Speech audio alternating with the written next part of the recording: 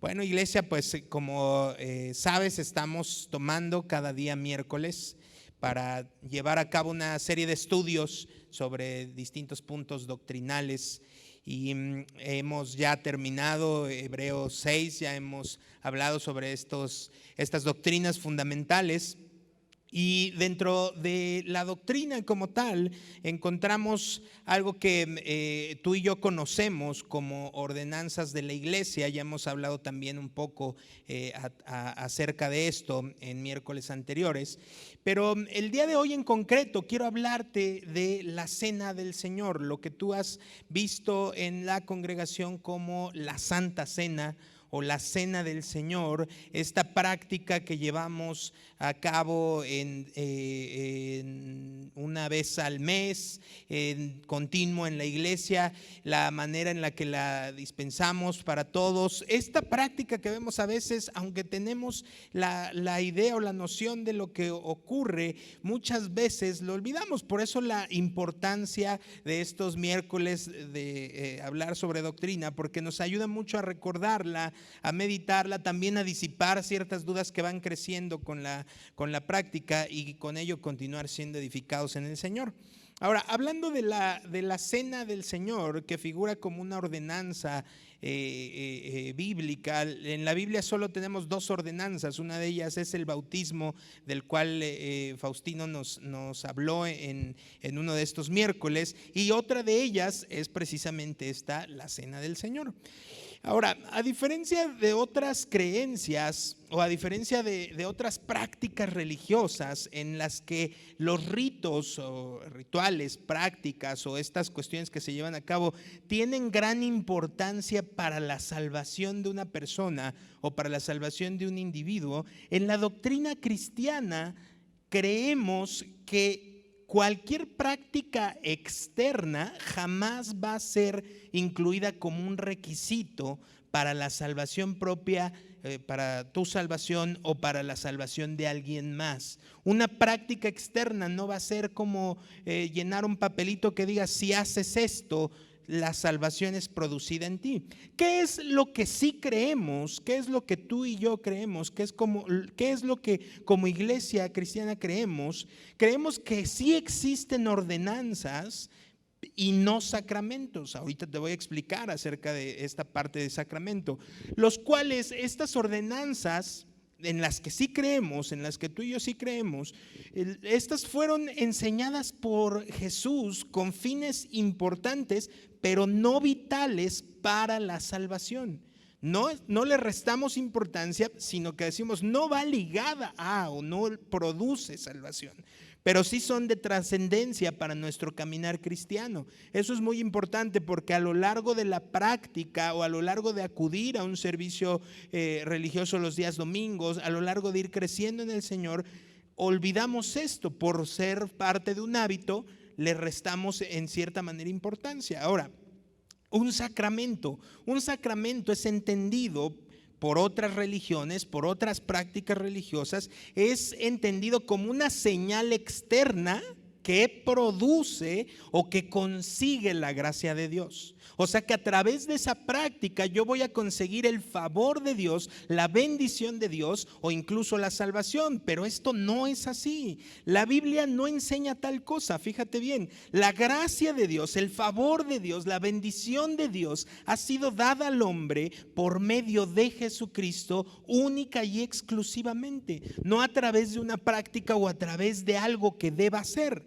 Juan capítulo 1 versículo 17 nos dice: pues la ley por medio de Moisés fue dada, pero la gracia y la verdad vinieron por medio de Jesucristo. Primera de Corintios capítulo 1 verso 4, Pablo dice: gracias doy a mi Dios siempre por vosotros, por la gracia de Dios que os fue dada en Cristo Jesús. Segunda de Timoteo 1-9 finalmente nos enseña: Dios, quien nos salvó y llamó con llamamiento santo, no conforme a nuestras obras, sino según el propósito suyo y la gracia que nos fue dada en Cristo Jesús antes de los tiempos de los siglos. Primero entendamos esto: la práctica de la Santa Cena como tal no produce en mí salvación.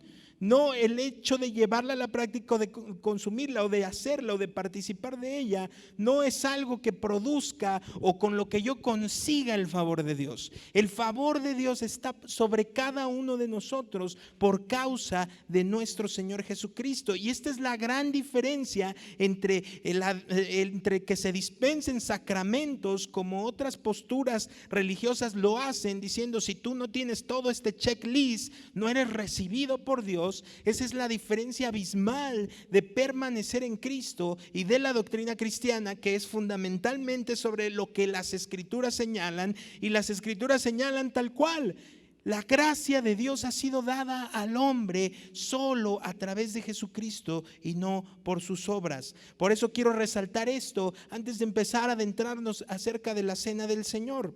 Porque la Cena del Señor o la Santa Cena no debe de ser vista como un sacramento.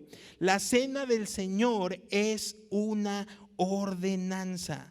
¿Y en qué consiste esta ordenanza o por qué lo es? Es simplemente una práctica establecida, o que se estableció en términos del nuevo pacto, en términos del nuevo pacto a través de Jesucristo, que tiene una finalidad, y es traernos algunos simbolismos para que tú y yo reafirmemos nuestra fe, pero no que produzcamos fe o que por ella consigamos la fe, sino es un acto, es un simbolismo, es un acto solemne, si veremos la manera en la cual lo llevaremos a cabo, pero no es el que produce la fe, no es el que hace en mí o que causa en mí algo.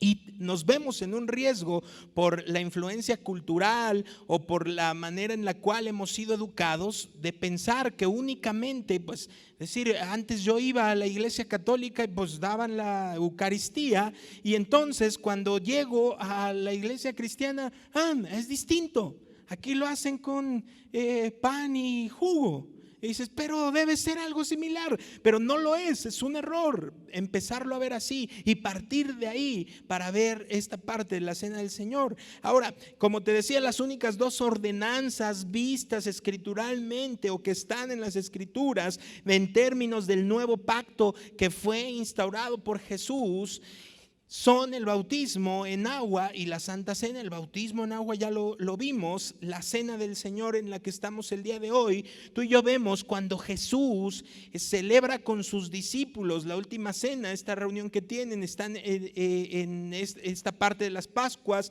están celebrándolo en ese momento, y Él hace una acotación o hace una división en ese acto, hablando ahora del nuevo pacto.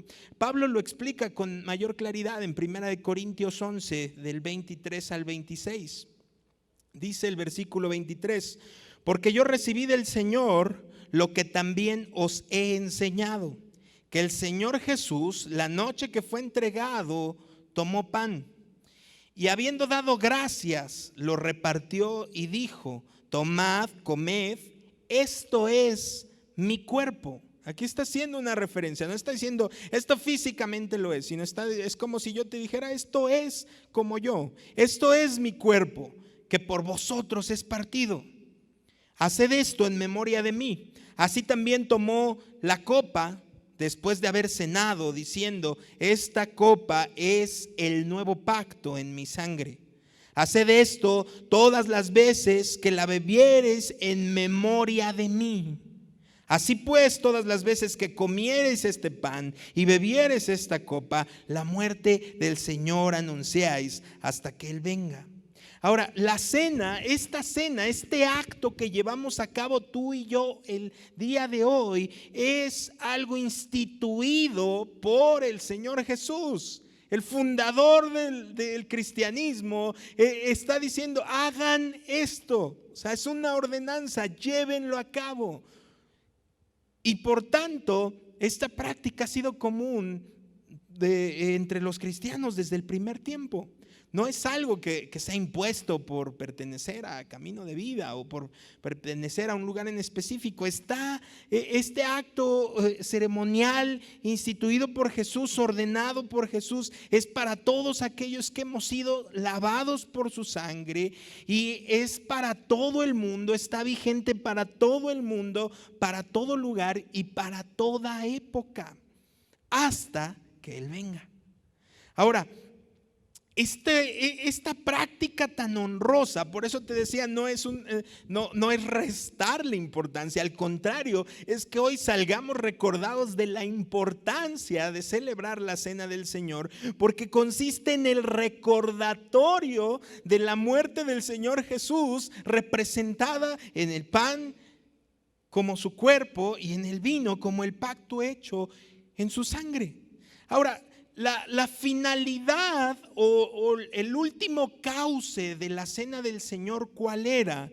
El Señor Jesús, si tú recuerdas, Él hace una oración en Juan 17 sobre la comunión entre los hermanos, entre los cristianos, la comunión entre aquellos que se quedarían a compartir las buenas nuevas. Él habla sobre esta comunión. Ahora, ¿qué es lo que nos trae la comunión? ¿Qué es lo que nos hace miembros de una misma familia? Pregúntate esto, ¿qué es lo que nos hace que estando aquí seamos miembros de una sola familia, pero que si vamos a Alemania, vamos a alguna otra nación y vamos a un servicio cristiano, vamos a una iglesia cristiana, sigamos siendo parte de esa familia? ¿Qué es lo que lo ha hecho? Lo que nos trae esta unión es el sacrificio perfecto de Jesús en la cruz.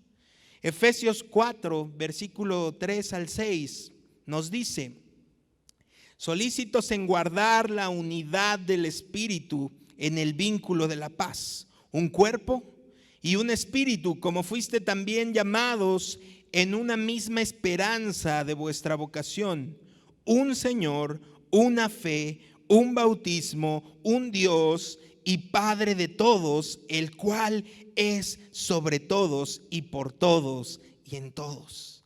Wow. Por esto la Santa Cena es también llamada como la Santa Comunión, porque en el deseo de Dios, en el deseo de nuestro Señor Jesucristo, hagan esto como un recordatorio, una celebración que les permita recordar el motivo por el cual ustedes pueden tener comunión. Ustedes pueden ser libres y ser tan felices, no haber distinción entre judíos y gentiles y tenerse que rechazar. No hay ningún espacio entre ustedes y Dios, sino ahora son acercados a Dios por causa de la sangre. Y por eso el fin principal era celebremos juntos, convivamos juntos, recordemos por causa de que ha venido esto. Por eso te decía que es nombrado también como la copa de bendición por el apóstol Pablo. Si te vas a 1 Corintios 10, verso 16 al 17, así lo expresa el apóstol Pablo a los corintios: la copa de bendición que bendecimos, ¿no es la comunión de la sangre de Cristo? El pan que partimos, ¿no es la comunión del cuerpo de Cristo? Siendo un solo el pan, nosotros, con ser muchos, somos un cuerpo, pues todos participamos de aquel mismo pan. Entonces, fíjate la implicación tan grande de celebrar la cena del Señor.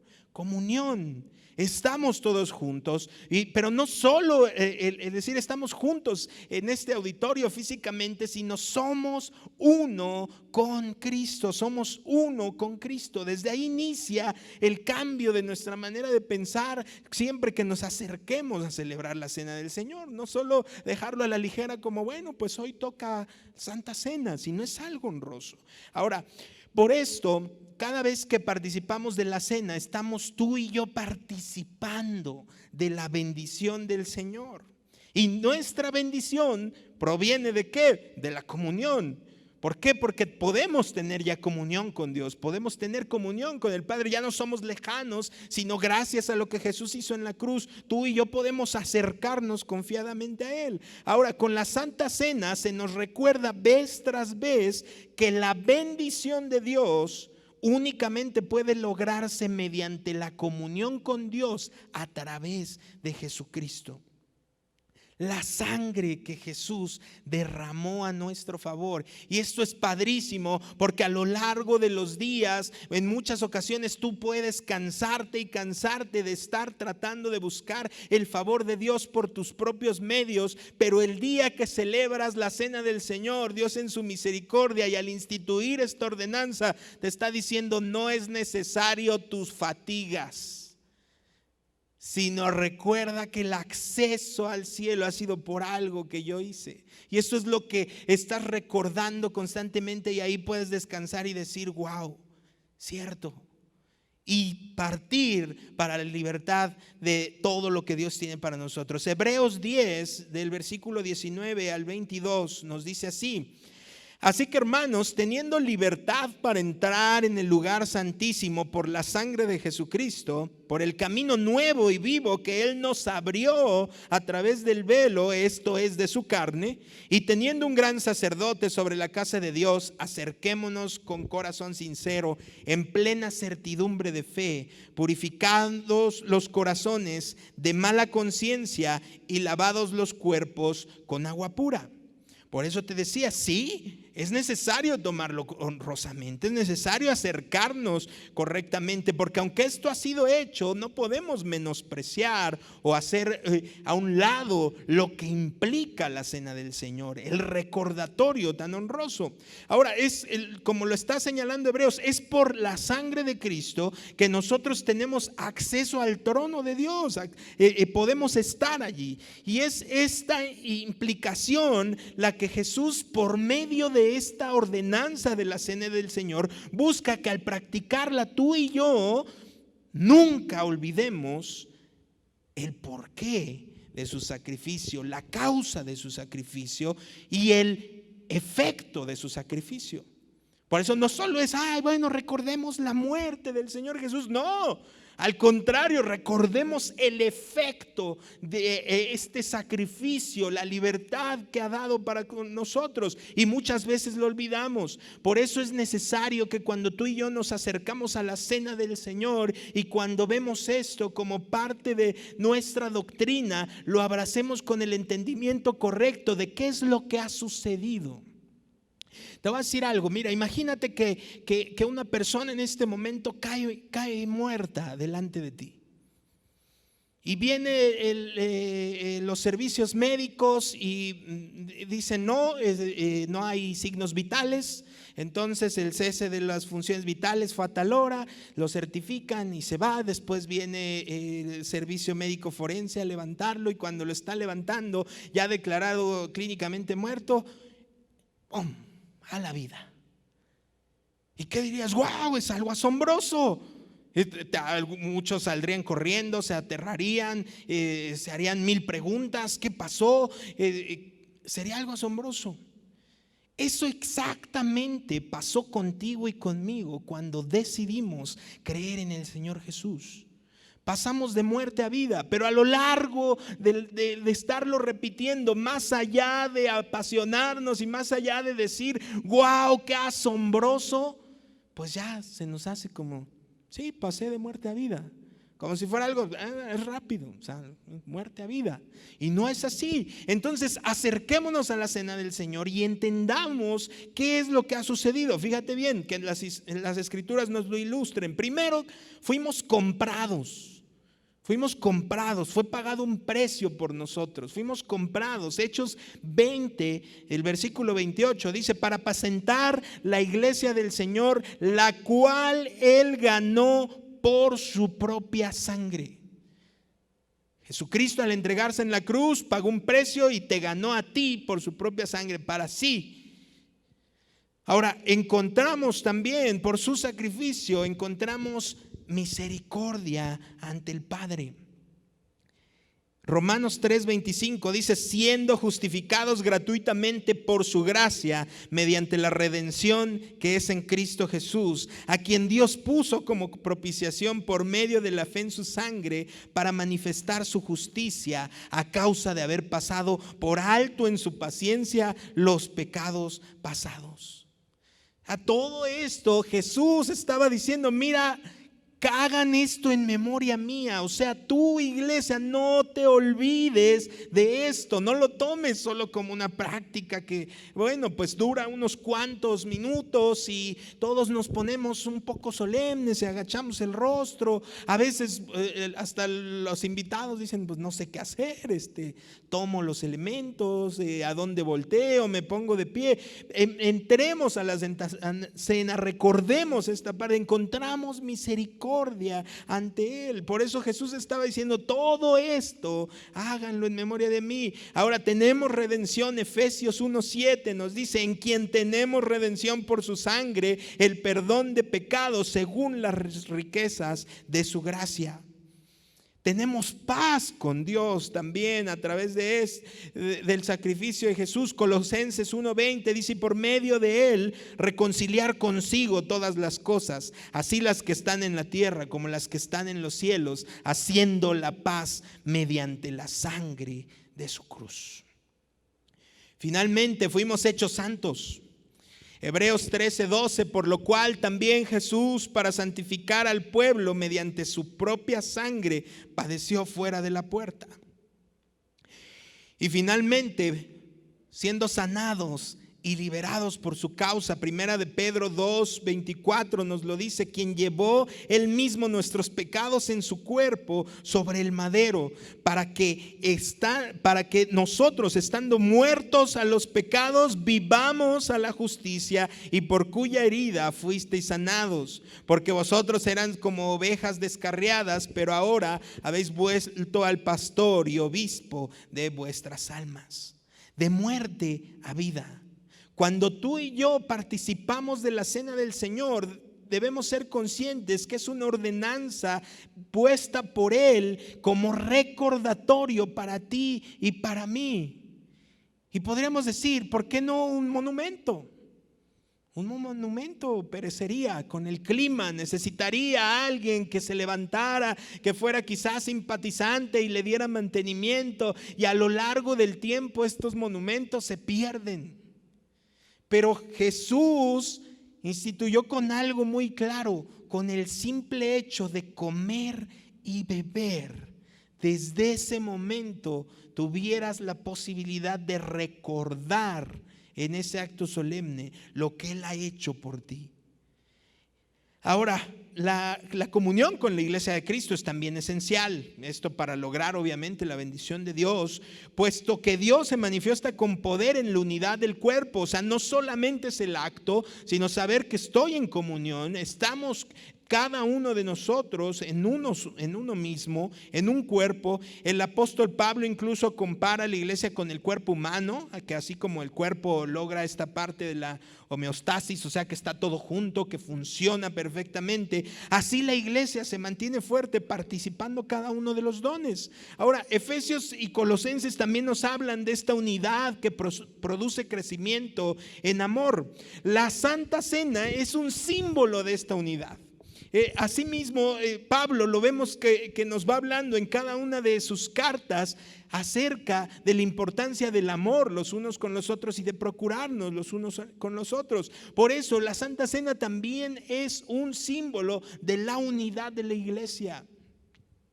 Por esto mismo también pues hay o se ve enfocada en cierto sentido a distorsiones, o pueden ocurrir distorsiones en estas. Pablo se enfrentó a esto, escribe la carta a los Corintios, les amonesta, porque recordemos la Santa Cena instituida por el Señor Jesucristo. Todos dicen sí, reunámonos a participar de la cena del Señor, y comenzando a hacer lo correcto, después se vuelve un despilfarre. hacen se vuelve como si fueran unas reuniones solo para convivir, se empiezan a hacer grupos pequeños, empiezan a hacerse en distintas horas. Unos dicen la narrativa que llegaban con manjares o que tenían una posición económica superior y ellos hacían su propia cena y después se iban para no estar con otros. En fin, Pablo nos lo dice más de forma más ilustrada. Primera de Corintios 11, el versículo 17 en adelante. Dice así: pero al anunciaros esto que sigue, no os alabo, porque no os congregáis para lo mejor, sino para lo peor. Pues en primer lugar, cuando os reunís como iglesia, oigo que hay entre vosotros divisiones, y en parte lo creo. Porque es preciso que entre vosotros haya disensiones, para que se hagan manifiestos entre vosotros los que no son aprobados.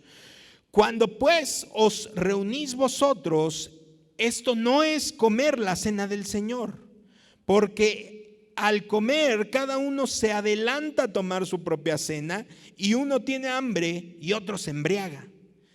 Pues ¿qué? ¿No tenéis casas en que coméis y bebáis? ¿O menospreciáis la iglesia de Dios y avergonzáis a los que no tienen nada? ¿Qué os diré? ¿Os alabaré? En esto no os alabo. Aquí vemos a Pablo amonestando a la iglesia de Corintio y a su práctica, pues habían distorsionado el fin de la cena del Señor. Lo habían convertido en una reunión solo, como te decía, para ciertos grupos, discriminando a otros, en fin, tomándola indignamente. Este acto tan honroso, el resultado de olvidar lo que te decía que Jesús ha hecho por nosotros en la cruz, el olvidarlo, los hizo ¿qué? Traducirlo a, pues es una simple reunión que le podemos hacer y hacerlo a nuestra forma. Ahora, ¿qué es lo que debemos reafirmar de la cena del Señor? Lo que debemos reafirmar es que la cena es un acto de celebración donde los creyentes se apropian por fe de los beneficios adquiridos por Jesús en su muerte y su resurrección. Tú y yo nos apropiamos de eso nuevamente. Es un recordatorio de decir: sí, Señor, tú has hecho esto por mí. Yo realmente tengo acceso al Padre. A veces se sienten indignos, se sienten tan mal de acercarse a Dios, se sienten tan mal de estar aquí sentados.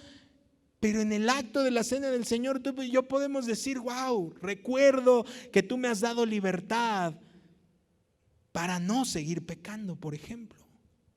Ahora, la cena del Señor es algo más que una conmemoración, repito, de su muerte.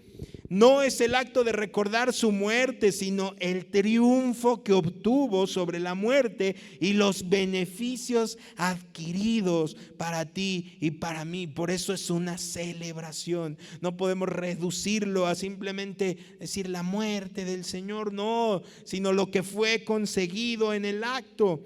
La cena del Señor sí es una fiesta solemne de gozo, donde se celebra esta redención y nuestro acceso a la gracia.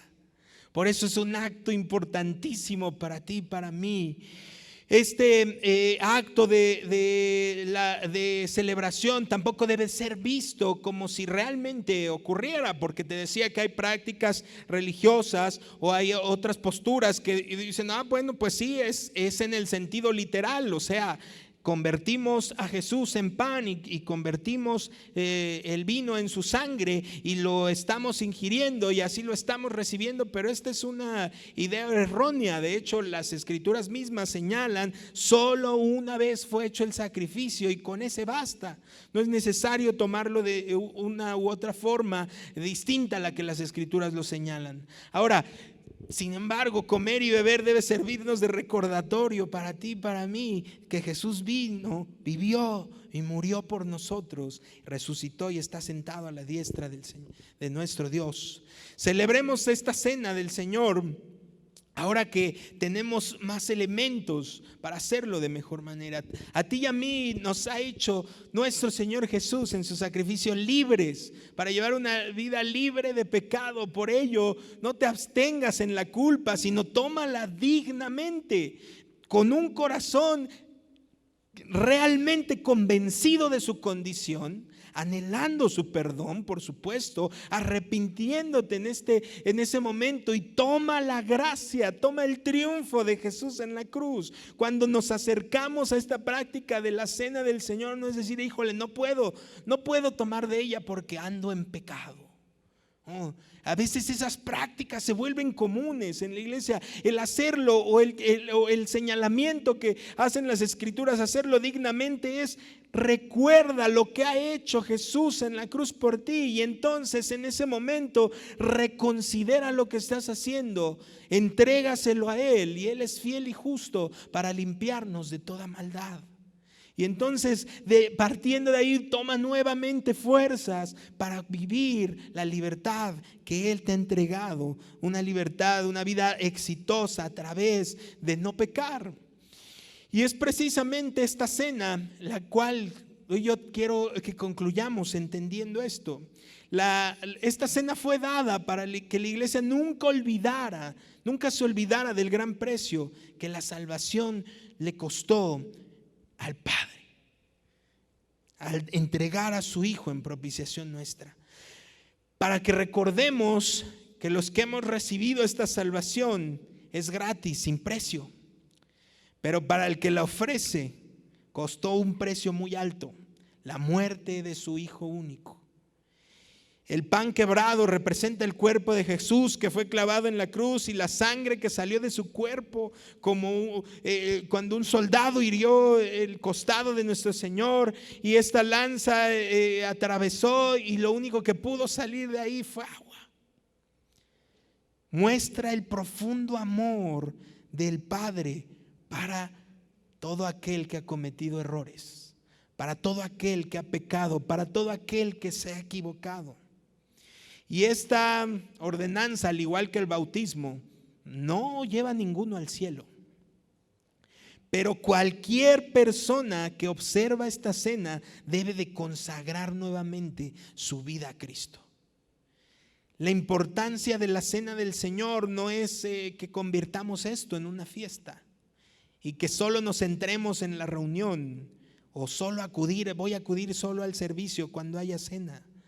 No, conscientes de que estamos participando de una ordenanza directa, de una orden directa del fundador de nuestra fe. Contentos porque no lo hemos olvidado al paso del tiempo, porque esta práctica no la hemos olvidado, la hemos tomado como iglesia, la seguimos produciendo, y es simplemente saber y reconocer lo que ha ocurrido a través del sacrificio de Jesús. Y no en un acto de tristeza recordando su muerte, sino celebrando su muerte y su resurrección, porque a través de ella tú y yo hemos recibido la gracia y el favor de Dios. Y sobre todas las cosas, acercándonos de forma digna. Cuando Pablo amonestó a los corintios, lo primero que les dijo es: me he enterado que hay divisiones. Me he enterado que hay divisiones. Al entrar a esta cuestión de la cena del Señor, desde allí tú y yo tenemos que decir: no puedo ser un agente divisor del cuerpo de Cristo, porque este recordatorio me obliga a verme como un cuerpo, porque a través de su sangre tengo comunión y he sido insertado en el cuerpo y no puedo irme del cuerpo. Así que toda división la hago a un lado. Perdono y voy y hablo perdón sobre la vida de otros. Esta cena del Señor y esta parte o este punto doctrinal de la cena del Señor, y que forma parte de sus ordenanzas, que sea siempre un estandarte para ti, y que cuando llegue la cena del Señor tú puedas sentirte honroso y decir: wow, soy partícipe de este recordatorio porque tú decidiste amarme primero. Así que vamos a orar, iglesia.